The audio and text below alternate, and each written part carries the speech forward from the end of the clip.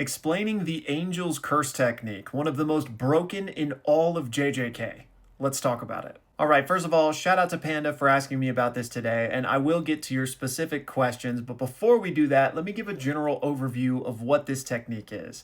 And it's actually called Extinguishment, and as you can see here, it can extinguish any curse technique, but it actually goes further than that. It can essentially nullify any jujutsu, period. A good way to conceptualize this is just think of it like the inverted spear of heaven, and honestly, the inverted spear of heaven might have even been created with Angel's Curse technique.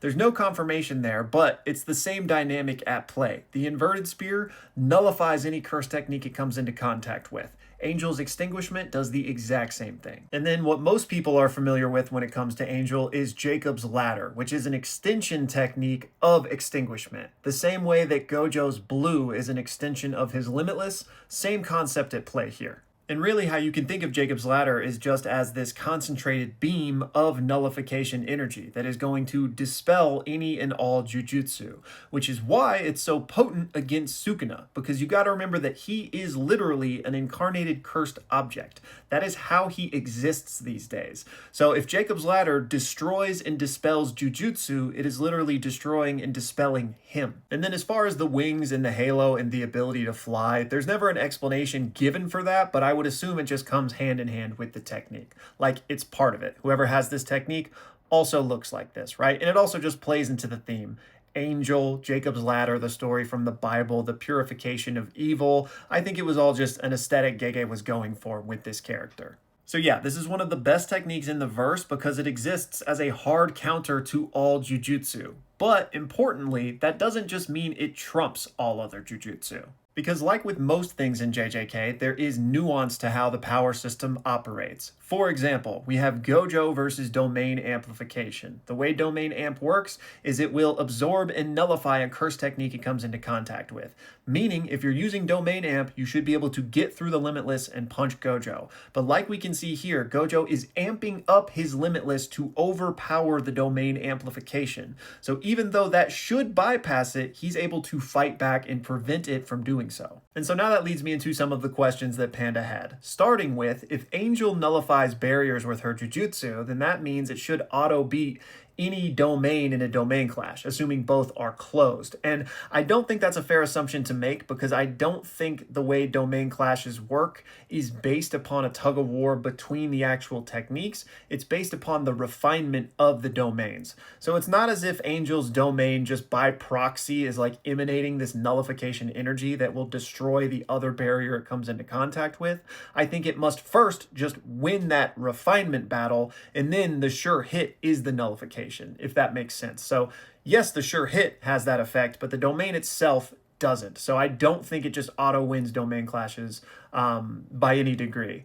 But also, Panda says that because of this nullification sure hit, it should make the anti-domain techniques useless. Now, on paper, I would agree that that makes sense, but we have hard evidence to the contrary because we know that Sukuna was able to hollow wicker basket against the sure hit of Jacob's Ladder, of Angel's Extinguishment, when Yuta used it in his domain. So the way I'm assuming this works conceptually, like to help it make sense, is that the sure hit effect is a product of the domain, right? And hollow wicker basket is preventing that from taking place. So again, it's more of an interaction between hollow wicker basket and the domain expansion itself, rather than hollow wicker basket versus extinguishment, if that makes sense. And then Panda goes on to talk about a potential reversal for this extinguishment technique and a maximum technique for it. And Jacob's Ladder is not the maximum technique. I know some people think that. Jacob's Ladder was just used at maximum output, which is different, right? So Angel, in my opinion, just doesn't have a maximum technique or a reversal, which just the majority of people in JJK don't have, right? We only saw 2 or 3 maximum techniques and I think only 2 reversals as well. So, you know, for whatever reason, some sorcerers just may not be capable of that. It could have just been an idea that Gege moved away from. It's hard to say, but I like your idea of the reversal of extinguishment being empowerment. That would be a really cool thing to play with. And then another thing Panda mentions is that if extinguishment is the nullification of all jujutsu, then that might mean it even erases cursed energy like reinforcement within an opponent, right? Meaning like you're basically stripping them down to their base form. And it is hard to say whether or not that happens because like where's the line drawn between what's jujutsu versus just cursed energy? Like is the raw source of cursed energy considered jujutsu? I don't know. I mean, I think it would make sense if it also kind of erased that on people, but I could also see it maybe not just straight up deleting cursed energy necessarily.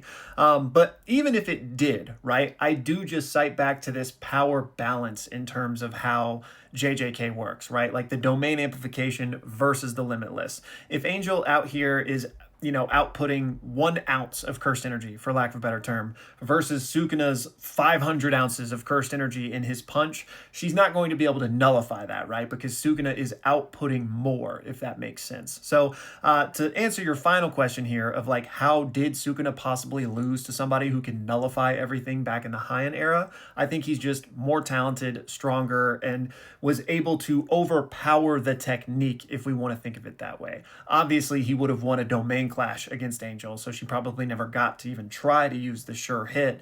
And, trying to use Jacob's ladder on him, he was probably just too fast to ever be hit by it. Or if he was only hit by it briefly, etc., etc. And then actually on this subject of not seeing many reversals and maximums, I got this comment from Kuriyami here, and y'all pause to read the entire thing, but they were just asking me about this relationship between negative cursed energy and positive cursed energy. And yeah, in my opinion, it just seems to be an idea or a concept that Gege moved away from. Now, why? I don't know. Maybe he wanted it to be something that was extremely rare and to make it, a prestige thing for powerful people, or, I don't know, because we never even saw Sukuna use a reversal or a maximum, right? So it couldn't have simply been a power level thing, but maybe he just wanted it to be a rare thing. And one thing Kuriyami says is that what if somebody had been born with a heavenly restriction that could only produce positive cursed energy?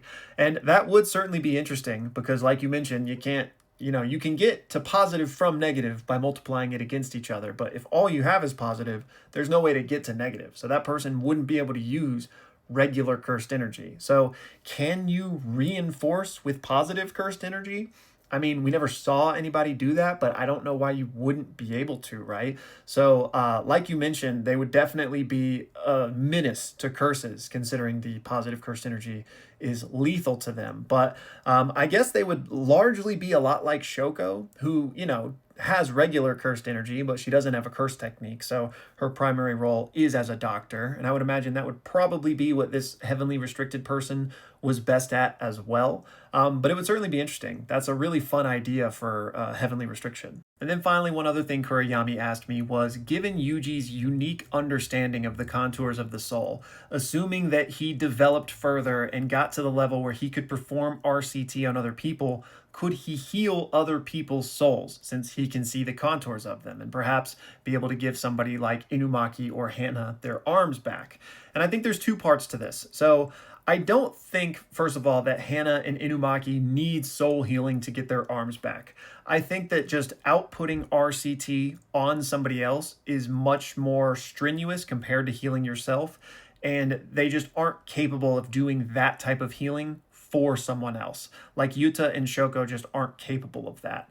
But if Inumaki or Hana could heal themselves, then they could probably just grow their own arms back. Meaning, I just don't think it has to do with their souls being damaged in that case, because both of them weren't damaged by soul damaging things.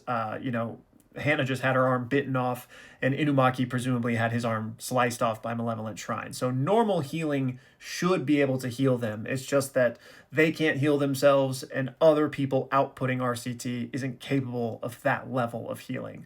But then to just answer the question of like Toto, for example, who did lose his arm thanks to a soul manipulation ability.